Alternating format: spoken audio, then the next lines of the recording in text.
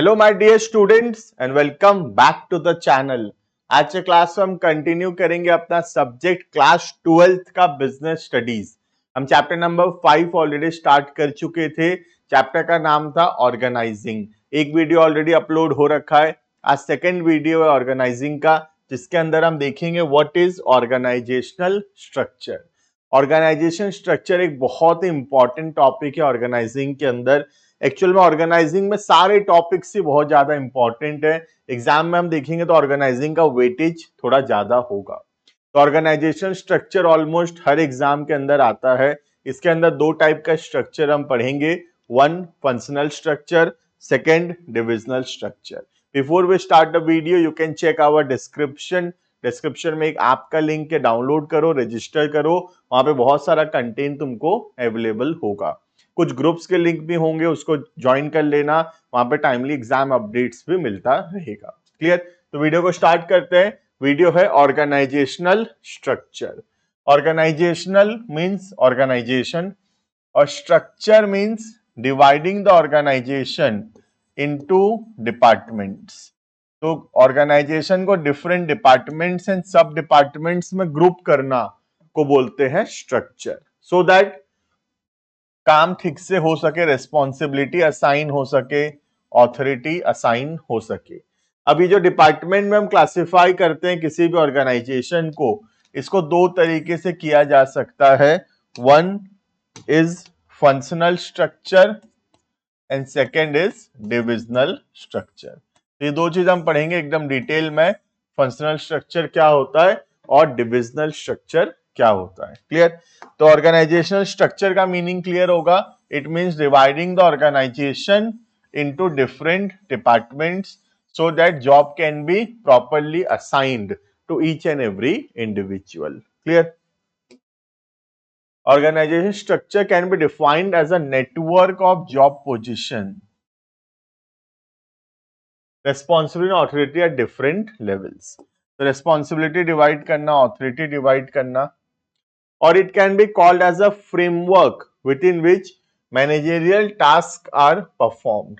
It specifies the relation between people, work and resources. तो लोगों के बीच में क्या रिलेशन है, उनका क्या काम है, किसका क्या काम है, क्या रिसोर्सेस वो यूज करेगा, क्या रेस्पॉन्सिबिलिटी है, क्या ऑथोरिटी है, ये सब कुछ क्लियर होता है from organisational structure. Organisational structure का मीनिंग बहुत सिंपल है, dividing the organisation into different departments, उसको बोलते हैं ऑर्गेनाइजेशनल स्ट्रक्चर। अब ऑर्गेनाइजेशन स्ट्रक्चर बनाने के लिए we should understand the concept of span of management. Span of management का मतलब क्या होता है, देखना, एक सुपीरियर कितने सबऑर्डिनेट्स को मैनेज कर सकता है, that is called as span of management. तो ऑर्गेनाइजेशन को डिवाइड करने से पहले हमको पता होना चाहिए कि एक सुपीरियर इफेक्टिवली कितने सबऑर्डिनेट्स को मैनेज कर सकता है। जैसे मैं हूं सपोज, तो मैं अगर 10 लोगों को मैनेज कर सकता हूं तो my span of management is 10। क्या मैं 100 लोगों को मैनेज कर सकता हूं? Maybe yes.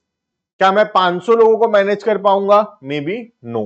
तो मैं कितने लोगों को ठीक से मैनेज कर पाऊंगा, that is called as span of management.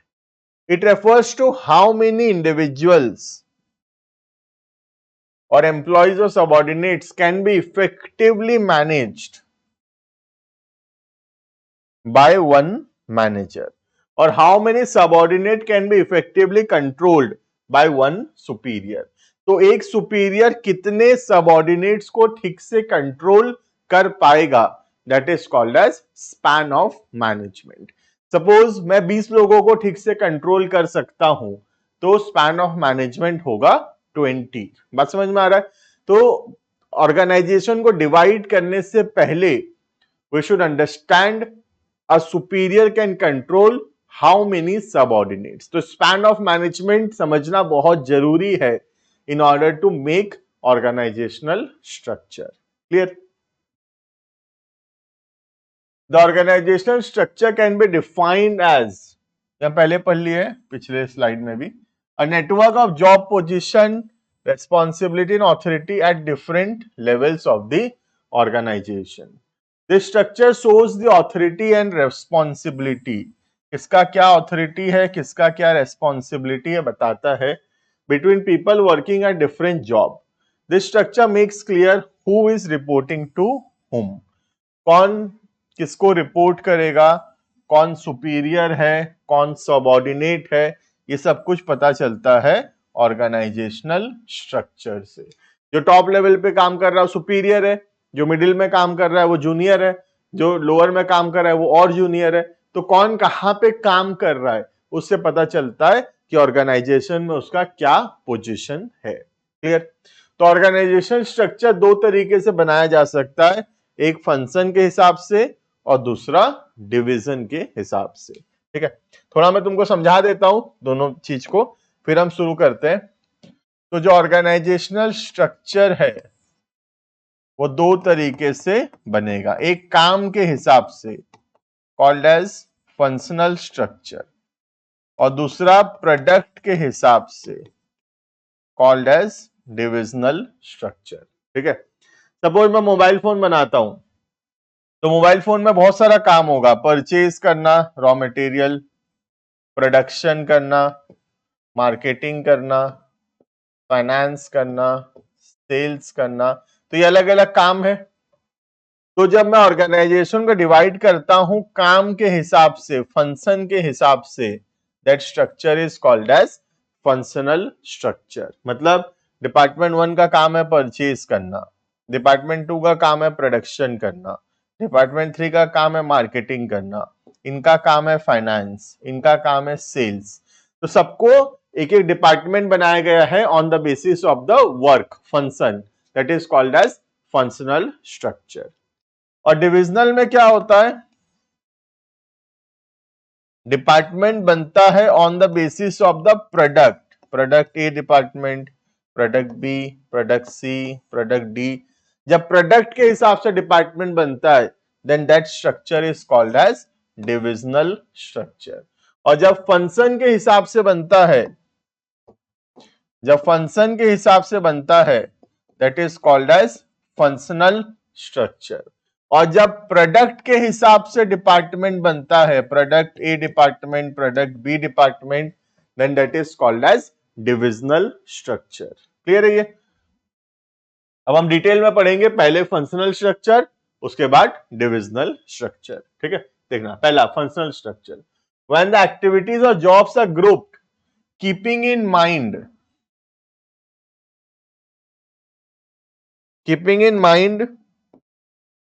The functions. जब फंक्शन के हिसाब से डिपार्टमेंट बनाएंगे और at the job then it is called as functional structure. जब फंक्शन के हिसाब से, काम के हिसाब से डिपार्टमेंट बनाएंगे that structure is called as functional structure.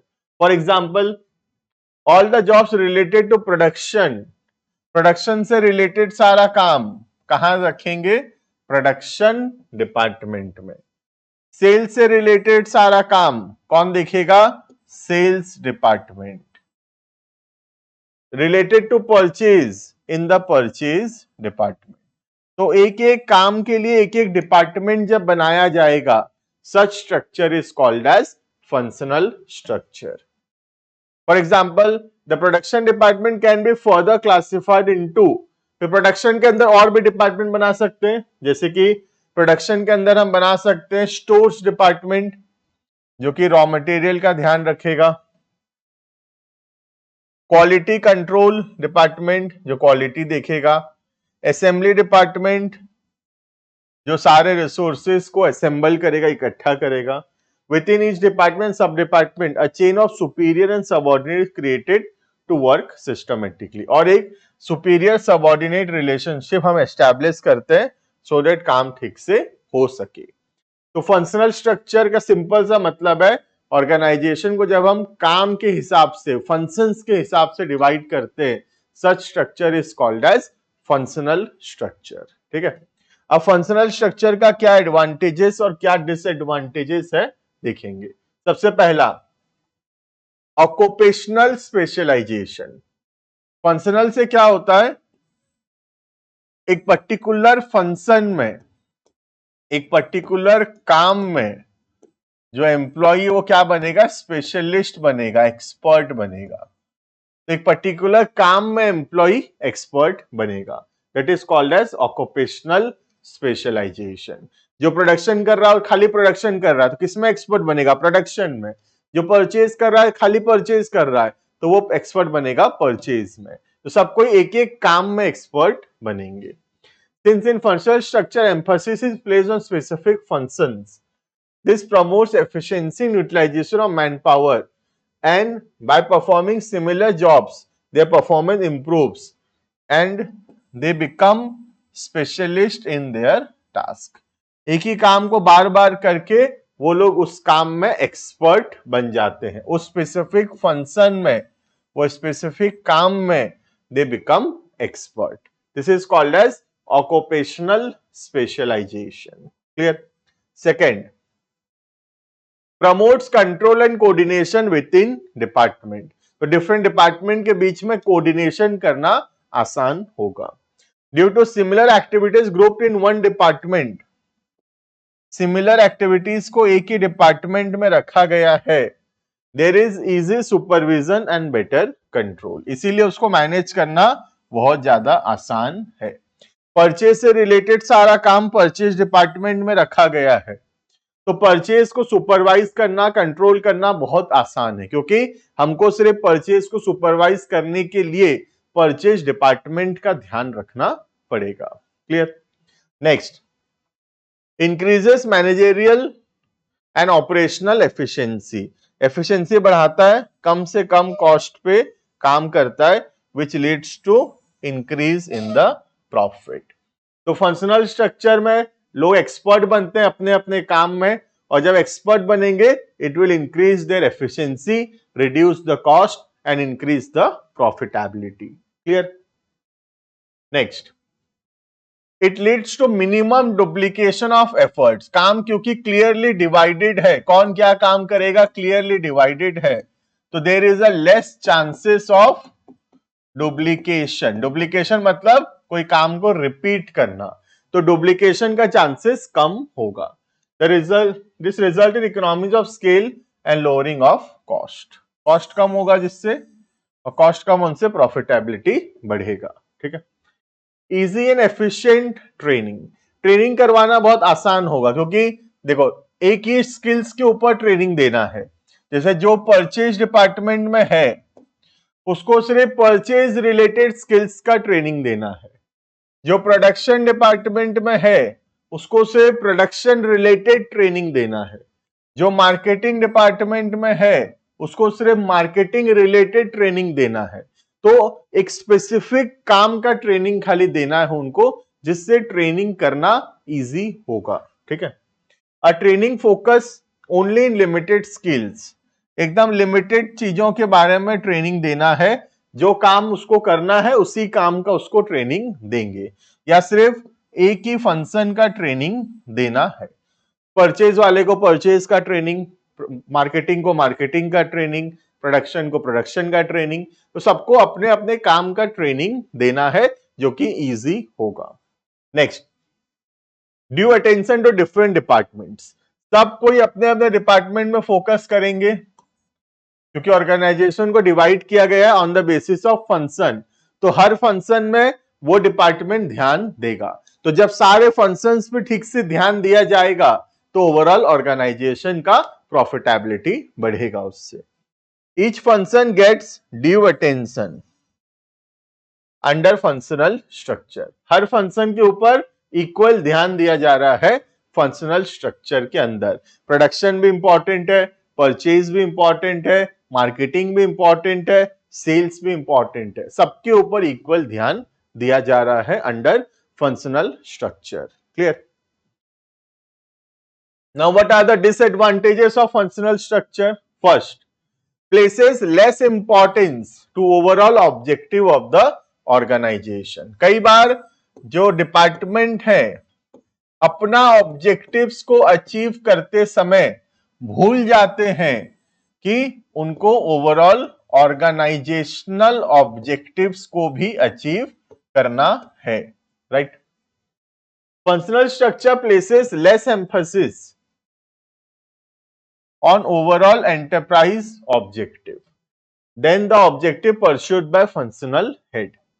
They fail to give priority to organizational interest. कई बार अपने बेनिफिट के लिए वो भूल जाते हैं कि ऑर्गेनाइजेशन का बेनिफिट किसमें है. This may lead to pursuing departmental interest at the cost of organizational interest. तो क्या बोल रहा है, कई बार अपने डिपार्टमेंट का बेनिफिट करने के लिए वो लोग किसका नुकसान कर देते हैं, ऑर्गेनाइजेशन का नुकसान कर देते हैं, राइट। तो पहला पॉइंट है कि डिपार्टमेंटल हेड अपने डिपार्टमेंट का ऑब्जेक्टिव को पहले रखते हैं, जिससे हो सकता है कि ऑर्गेनाइजेशनल ऑब्जेक्टिव्स सफर हो. तो ये पहला डिसएडवांटेज है. Second, problems of coordination. Coordination का दिक्कत आ सकता है. देखना, as each department is specialized in their own function, so they fail to understand the priority of the other department. So they fail to understand the priority of the other department. Her department को लगता है कि उनका काम ज्यादा important है. जैसे purchase वाले को लग रहा है मेरा काम ज्यादा इंपॉर्टेंट है और वो बाकियों को इंपॉर्टेंस नहीं देगा.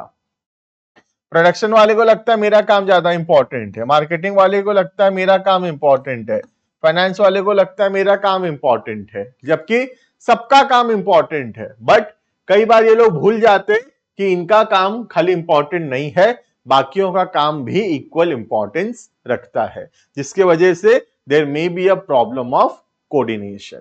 क्लियर. Next, inflexibility. फ्लेक्सिबिलिटी मतलब चेंज कर पाना, इनफ्लेक्सिबिलिटी मतलब चेंज ना कर पाना. In functional structure employees develop narrow perspective. Employ का पर्सपेक्टिव काफी नैरो हो जाता है, क्योंकि as they get training in one area और स्किल ओनली. जैसे प्रोडक्शन डिपार्टमेंट का एम्प्लॉय है तो उसको सिर्फ प्रोडक्शन करना आता है.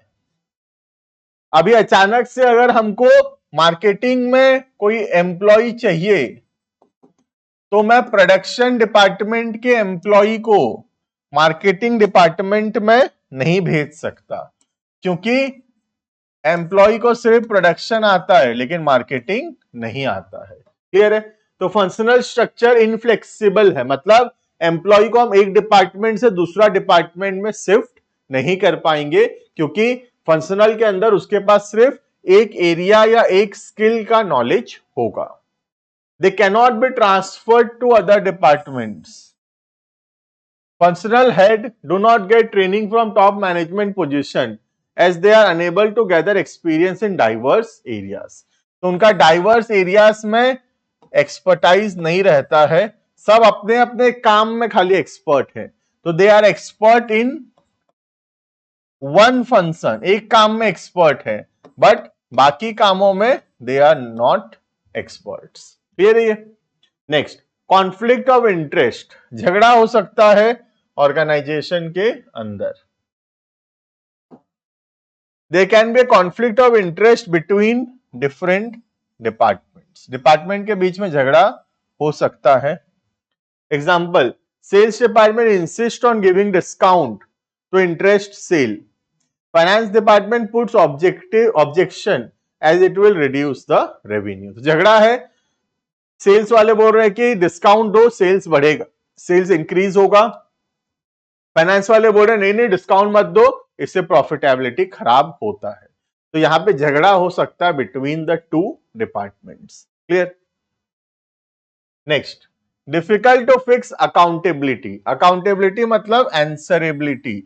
तो आंसरेबल करना मुश्किल है किसी को भी, क्योंकि अगर ऑर्गेनाइजेशनल ऑब्जेक्टिव्स अचीव नहीं हुआ तो one department will blame the other department. Production वाले बोलेंगे परचेज डिपार्टमेंट ठीक से काम नहीं किया, परचेज वाले बोलेंगे फाइनेंस ठीक से काम नहीं किया, फाइनेंस वाले बोलेंगे मार्केटिंग वाले ठीक से काम नहीं किए. तो ऐसे सब एक दूसरे के ऊपर ब्लेम करेंगे और किसी एक पर्टिकुलर डिपार्टमेंट को आंसरेबल करना डिफिकल्ट होगा under functional structure. In case of failure of organizational objectives, the departmental heads blames other departments, as all departments are interrelated and it is very difficult to find out which department is going against the organizational goals. तो सब interrelated है और किसी एक को accountable करना difficult होगा, right? Example, the sales department में blame the production for poor quality, production output में pass blame to purchase for low quality raw material, purchase में due to less finance given by finance department and so on. सब एक दूसरे को blame कर सकते हैं. सेल्स वाले बोलेंगे कि प्रोडक्शन वाला ठीक से बनाया नहीं इसलिए नहीं बिका. प्रोडक्शन वाले बोलेंगे हम क्या करते, परचेज वाले खराब रॉ मटेरियल दिए, खराब रॉ मटेरियल दोगे तो खराब फिनिश गुड्स बनेगा. फिर अब परचेज वाले बोल रहे खराब रॉ मटेरियल क्यों हुआ, क्योंकि फाइनेंस वाले पैसा नहीं दिए तो हमको खराब रॉ मटेरियल खरीदना पड़ा. ऐसे सब एक दूसरे के ऊपर ब्लेम करेंगे और ओवरऑल अकाउंटेबिलिटी डिसाइड करना डिफिकल्ट होगा. Clear? Next, divisional structure. Divisional structure suitable होता है बड़े ऑर्गेनाइजेशंस के लिए जहां पे मल्टीपल प्रोडक्ट्स बनता है. There are multiple products. तो जब प्रोडक्ट के हिसाब से हम डिपार्टमेंट बनाते हैं, such structure is called as divisional structure. Clear? When the organisation is large in size and is producing more than one type of product, then activities related to one product are grouped under one department. Clear? For example, if organization is producing soap, textiles, medicines, cosmetics, etc., then we can make medicine department for activities related to medicines. We can make textile department for activities related to textiles and so on. तो किसके लिए suitable होगा? बड़ा organisation जो multiple products बनाता है. Divisional structure suitable only to multiple product manufacturing large organisations. Clear है? क्योंकि ये बहुत एक्सपेंसिव है तो बड़ा ऑर्गेनाइजेशन इसको अफोर्ड कर पाएगा. तो जब हम ऑर्गेनाइजेशन को डिवाइड करते हैं डिफरेंट प्रोडक्ट्स के हिसाब से, then that structure is called as divisional structure. Clear? Now what are the advantages? वहां पे क्या था? ऑक्यूपेशनल स्पेशलाइजेशन फंक्शनल स्ट्रक्चर के अंदर. यहाँ पे क्या है? Product specialisation. एक पर्टिकुलर प्रोडक्ट में एक्सपर्ट बनेगा क्योंकि डिपार्टमेंट बना है प्रोडक्ट के हिसाब से, तो एक पर्टिकुलर प्रोडक्ट में एक्सपर्ट बनेगा. This is called as product specialization. All the activities related to one type of product are grouped under one department only, which brings integration and coordination in the activities. Fast decision making. क्योंकि एक product के related एक department है तो वो department अपने product से related decisions जल्दी ले सकता है. तो क्योंकि ग्रुप बना है, डिपार्टमेंट बना है प्रोडक्ट के हिसाब से, और कोई भी प्रोडक्ट के बारे में डिसीजन लेना है तो वो डिपार्टमेंट जल्दी डिसीजंस ले पाएगा. ठीक है? The decisions are taken much faster in divisional structure because there is no dependence on other department for taking decisions. हमको दूसरे डिपार्टमेंट से कुछ पूछने का जरूरत नहीं है, हम अपना डिसीजन खुद ले सकते हैं. लेकिन फंक्शनल स्ट्रक्चर के अंदर डिफरेंट डिपार्टमेंट्स को भी पूछना पड़ता है. Next, accountability. आंसरेबिलिटी डिसाइड करना बहुत इजी है इसमें. अगर प्रोडक्ट एक में लॉस हुआ तो कौन जिम्मेदार? प्रोडक्ट ए डिपार्टमेंट जिम्मेदार. अगर प्रोडक्ट बी में लॉस हुआ तो डिपार्टमेंट बी जिम्मेदार. तो अकाउंटेबिलिटी डिसाइड करना आसान है इसमें. In this type of structure the performance of individual department can easily B assessed and you can hold the department accountable for non-accomplishment of the objective. तो कोई किसी को ऊपर ब्लेम नहीं कर पाएगा. इसमें काम नहीं हुआ तो तुम खुद जिम्मेदार होगे इसमें. राइट? Next, flexible. जल्दी डिसीजन ले सकते हैं हम, और जल्दी डिसीजन लेने से हम सिचुएशन के हिसाब से अपने आप को चेंज कर पाएंगे. That is called as flexible. And last, expand and grow करना आसान होगा। अगर हम कोई भी नया प्रोडक्ट लाना चाहते हैं तो एग्जिस्टिंग डिपार्टमेंट में कुछ करने का जरूरत नहीं है, हम सीधा एक नया डिपार्टमेंट बनाएंगे और नया प्रोडक्ट लॉन्च कर सकते हैं। तो नए प्रोडक्ट लॉन्च करने में, एक्सपेंशन में, ग्रोथ में डिविजनल स्ट्रक्चर बेस्ट रहेगा। New departments can be added without disturbing the existing departments. Clear है? तो दिस आर ऑल एडवांटेजेस। कुछ डिसएडवांटेजेस भी हैं, जैसे एक्सपेंसिव होगा because more resources are required. इस department will require all the resources, सारा रिसोर्सेस सबको चाहिए, जिसके वजह से बहुत एक्सपेंसिव होगा। सब अपने अपने प्रोडक्ट पे फोकस करते हैं सिर्फ, और ओवरऑल ऑर्गेनाइजेशनल का ऑब्जेक्टिव को भूल जाएंगे। ठीक है? इस department focus on their product only, अपने प्रोडक्ट पे सिर्फ फोकस करते हैं, and they fail to keep themselves as a part of one common organisation. Clear? Next, conflict, झगड़ा हो सकता है किस बात पे? एलोकेशन ऑफ रिसोर्सेज पे। अगर रिसोर्सेज तो स्केयर होता है, हमेशा कम होता है, अब डिपार्टमेंट में झगड़ा हो सकता है for the allocation of resources, कि कौन कितना रिसोर्सेज यूज करेगा, कौन सा डिपार्टमेंट कितना रिसोर्सेज यूज करेगा, इस बात पे झगड़ा हो सकता है। नेक्स्ट, एक्सपेंसिव होगा, मैं तो स्टार्टिंग से बता रहा हूं कि it will be very expensive, right? It may lead to increase in cost due to duplication of activity. Duplication हो रहा है, एक ही काम बार बार हो रहा है। जैसे परचेज है, प्रोडक्ट ए भी एक बार परचेज हो रहा है, प्रोडक्ट बी एक बार परचेज हो रहा है, प्रोडक्ट सी एक बार परचेज हो रहा है, प्रोडक्ट डी एक बार परचेज हो रहा है, तो 4 बार परचेज कर रहे हैं, तो there is a duplication of efforts which will increase the cost. Clear है? तो this was all about divisional structure. तो दो टाइप के स्ट्रक्चर होते हैं, one dividing the organization on the basis of the function, that is functional structure, और दूसरा dividing on the basis of the product called as the divisional structure. Clear? Now what is the difference between the two? दोनों में क्या difference है? सबसे पहला formation, ये function के हिसाब से डिवाइडेड है, पूरा हम पढ़ लिए, सिर्फ रीड आउट करना है, और ये किसके हिसाब से डिवाइडेड है? प्रोडक्ट के हिसाब से। ठीक है? यहाँ पे क्या आता है? Functional specialisation, also called as occupational specialisation, और यहाँ पे क्या आता है? There is a product specialisation. Managerial development, less chances of managers, क्योंकि सिर्फ एक फंक्शन में वो एक्सपर्ट है, बाकी फंक्शन में एक्सपर्ट नहीं है, तो फ्यूचर में मैनेजर बनना मुश्किल है इसका। बट यहाँ पे मैनेजर बनने का ज्यादा चांसेस है, क्योंकि मल्टीपल फंक्शंस में वो एक्सपर्ट है। क्लियर है ये? Next, accountability. यहाँ पे अकाउंटेबिलिटी रखना बहुत मुश्किल है, डिफिकल्ट टू मेक अकाउंटेबल। यहाँ पे बहुत इजी है अकाउंटेबिलिटी लाना।